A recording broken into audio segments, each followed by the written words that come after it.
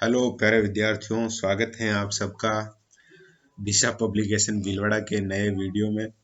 इस वीडियो में हम अपना जो लास्ट चैप्टर था उसको कंटिन्यू करेंगे।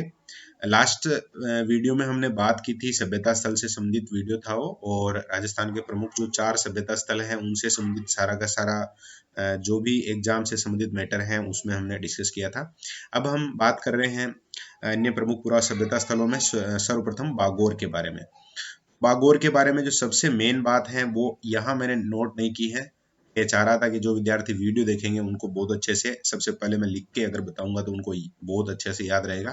पशुपालन के प्राचीनतम साक्ष्य की अगर बात की जाए तो वो कहाँ पर मिले हैं? राजस्थान में भीलवाड़ा जिला, और भीलवाड़ा जिले में जो बागोर नामक जगह है मंडल तहसील में, वहां पर मिले थे पशुपालन के प्राचीनतम साक्ष्य। यहाँ पर मिले हैं। ये चीज आपको बहुत अच्छे से याद रखनी है, एग्जाम में ये प्रश्न आ सकता है। इसके अलावा और बात करते हैं, जैसे कृषि है, कृषि के भी यहाँ साक्ष्य मिले हैं, और कृषि में तो थोड़ा और एडवांस ही लेवल का है। चुगदा प्रकार की यहाँ खेती की जाती थी, इस प्रकार के साक्ष्य हैं जो वहां से जो खोजकर्ता है उन्होंने जुटाए हैं। आगे और जो महत्वपूर्ण बातें हैं हमें ध्यान रखनी है, जैसे भीलवाड़ा जिला ध्यान रखना है, कोठारी नदी के किनारे है ये ध्यान रखना है, पाषाण कालीन है ये आपको ध्यान रखना है, वीएन मिश्र और एल एस लेसिन का नाम आपको याद रखना है। एल एन लेसिन का नाम यहाँ आया है, जो कि तत्कालीन जो डेक्कन कॉलेज था पूना में, उसके हेड थे एल एन लेसिन। इसके अलावा जो राजस्थान का पुरातत्व विभाग है उन्होंने भी सहयोग किया था उत्खनन में। और यहाँ का जो उत्खनन स्थल है उसका नाम है महासतियों का टीला। बाकी एक यहाँ लिखा हुआ आदिम संस्कृति का संग्रहालय, तो ये इसका उपनाम है। आदिम संस्कृति का संग्रहालय किस सभ्यता स्थल को कहा जाता है? तो बागोर को कहा जाता है। इस तरह से आपको याद रखना है। आहड़ के समान ही है, एक सुई मिली है, इस कारण हम इसको लो युगीन संस्कृति का साक्ष्य भी कह सकते हैं। और इसके अलावा जैसे कृषि और पशुपालन वाला जो टॉपिक हम शुरू में डिस्कस कर चुके हैं, ये बागोर में सबसे इंपॉर्टेंट बात रहेगी, ये आपको बहुत अच्छे से याद रखना है। बाकी जैसे सुई है, सुई के अलावा कुछ छिद्रक वगैरह है, जैसे सुई या कह सकते हैं जिसको हम ब्लेड, स्क्रेपर, चांद्रिक वगैरह, ये चीजें यहाँ से मिली हैं। तो बागोर अपना कंप्लीट है। बागोर के बाद दूसरे नंबर पे हम बात करते हैं गिलूंड के बारे में। राजसमंद जिला है, बनास नदी किनारे है, बी वी लाल ये इसके उत्खनन करता है, खोज करता है। ताम्र पाषाण कालीन है ये, पक्की ईंटें, हाथी दांत की चूड़ियां, पत्थर की गोलियां, यहाँ पर मिली हुई जो पूरा चीजें हैं वो हैं। वैसे गिलूंड या जितने भी हम अन्य महत्वपूर्ण स्थल पढ़ रहे हैं उनमें जनरली ये दो तीन चीजें हमें पक्की याद होनी चाहिए। और अगर काल आप याद रखते हैं तो बहुत अच्छी बात है। गिलूंड राजसमंद में है, बनास नदी के किनारे है, बीवीलाल उत्खनन करता खोज करता है, ताम्र पाषाण काल से संबंधित है ये। फिर नेक्स्ट हम बात करते हैं ओजियाना। ओजियाना भी भीलवाड़ा जिले के बदनौर कस्बे में है। आरपी मीणा और आलोक त्रिपाठी उत्खनन करता खोज करता। आहड़ संस्कृति का ये भाग रहा है। एक गाय की छोटी मूर्ति मिली है, और ओजियाना में भी एक मिट्टी से बना हुआ बुल मिला है, मिट्टी के बर्तन भी मिले हैं। नेक्स्ट बात करते हैं लाछुड़ा। आसीन भीलवाड़ा में ये जगह स्थित है, और बी आर मीणा उत्खनन करता है, खोज करता है। और 4 अलग-अलग कालों के अवशेष यहाँ से हमें प्राप्त हुए हैं। 4 अलग-अलग संस्तर पर इसके अवशेष मिलते हैं। तांबे के बर्तन मिले हैं। शुंगकालीन तीखे किनारों वाले प्याले यहाँ पर प्राप्त हुए हैं।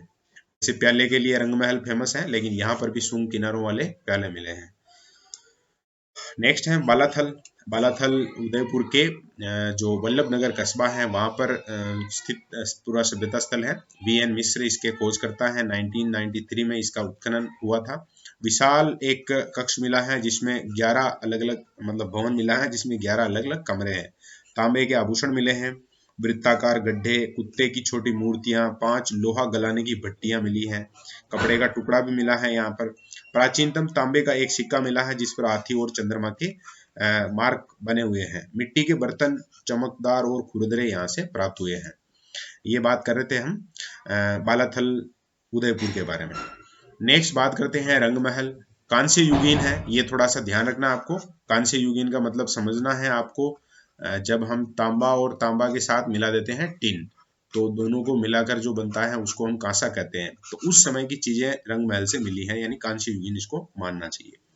हनुमानगढ़ में स्थित है, और डॉक्टर हन्ना रिड के नेतृत्व में एक स्वीडिश दल यहाँ पर आया था। 52 से 54 के मध्य उत्खनन हुआ था यहाँ का। 3 बार बसने उजड़ने के साक्ष्य मिले हैं। सिंधु सभ्यता, कुषाण काल, पूर्व और गुप्तकालीन संस्कृति, तो कितने हो गए? 3 काल हो गए हैं जिनके अवशेष यहाँ पर मिले हैं। और कनिष्क कालीन मुद्राएं मिली हैं। चावल की खेती के अवशेष यहाँ से प्राप्त हुए हैं रंगमहल से। आगे बात करते हैं हम नोह के बारे में। कहाँ है? भरतपुर में है। कितनी संस्कृतियों के अवशेष हैं? 5 संस्कृतियों के अवशेष हैं। रतन चंद्र अग्रवाल, बहुत सी जगह आरसी अग्रवाल आता है शॉर्ट में, और डॉक्टर डेविडसन के नेतृत्व में 1963-64 में यहाँ उत्खनन हुआ था। रूपारेल नदी के तट पर है। वाटरमैन राजेंद्र सिंह के कारण बहुत प्रसिद्ध फेमस नाम रहा है रूपारेल नदी का, ध्यान रखना आपको। कपिश्वरणी मृदभांड यहाँ से मिले हैं, महाभारत के अवशेष मिले हैं महाभारत काल के। और एक जाक बाबा की मूर्ति यानी यक्ष प्रतिमा मिली है यहाँ से, जो बहुत चर्चा में रही है, एग्जाम में पूछी भी गई है, तो आपको याद रखना है जाक बाबा या यक्ष प्रतिमा कहाँ से मिली है? नोक से। आगे हम बात करते हैं, सभ्यता स्थल का नाम है जोधपुरा। तो बाई चांस एग्जाम आ जाए तो इल्यूजन की शिकायत नहीं होनी चाहिए, जोधपुर अलग है, जोधपुरा है ये। साबी नदी के किनारे है, जयपुर जिले में पड़ता है ये। लोहा गलाने की भट्टियां यानी कि लोह युगीन ऐसे समझ जाएंगे आप। और रथ प्राप्त हुआ है जो कि 11 घोड़ों द्वारा खींचा जाता तत्कालीन। इसके अलावा मौर्य है, शुंग है, कुषाण है, इन सबके काल के अवशेष यहाँ से मिलते हैं। बांडे जो मिलते हैं वो गेरुआ रंग के मिलते हैं, और हाथी दांत के अवशेष भी यहाँ से हमें प्राप्त होते हैं। सुनारी सभ्यता कांदले नदी के किनारे है, झुंझुनू जिले में। लोहा गलाने की भट्टियां यानी लोह युगीनी है ये, लोहे का प्याला यहाँ से मिला है। रेड बहुत फेमस नाम है, उपनाम इसका बहुत इंपॉर्टेंट है, इस कारण से रेड को आपको बहुत अच्छे से याद रखना है।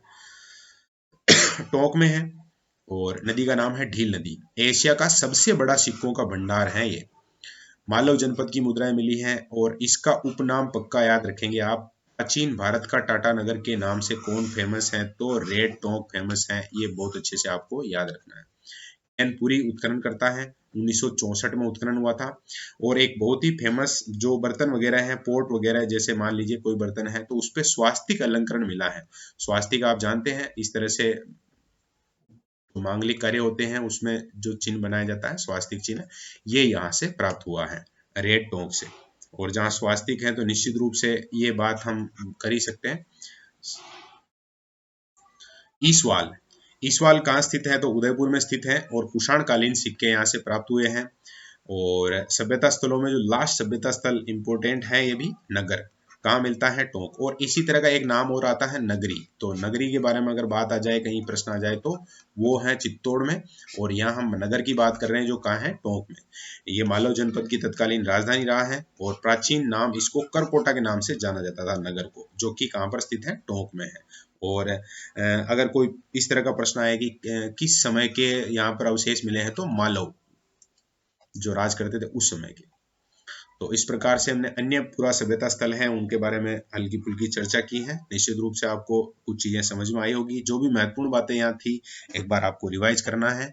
और बाकी अगर आप नोट्स बनाते हैं तो कुछ चीजें और ऐड ऑन की जा सकती हैं यहाँ, उन चीज़ों को आप ऐड कर सकते हैं जो मैंने बताई है, लिखी हुई नहीं है लेकिन बताई है। अगर आपको समझ में नहीं आती हैं तो उनको आप अच्छे से और नोट कर सकते हैं। जैसे सबसे महत्वपूर्ण बातों में एक ये पशुपालन प्राचीनतम और कृषि वाला, ये ध्यान रखना आपको।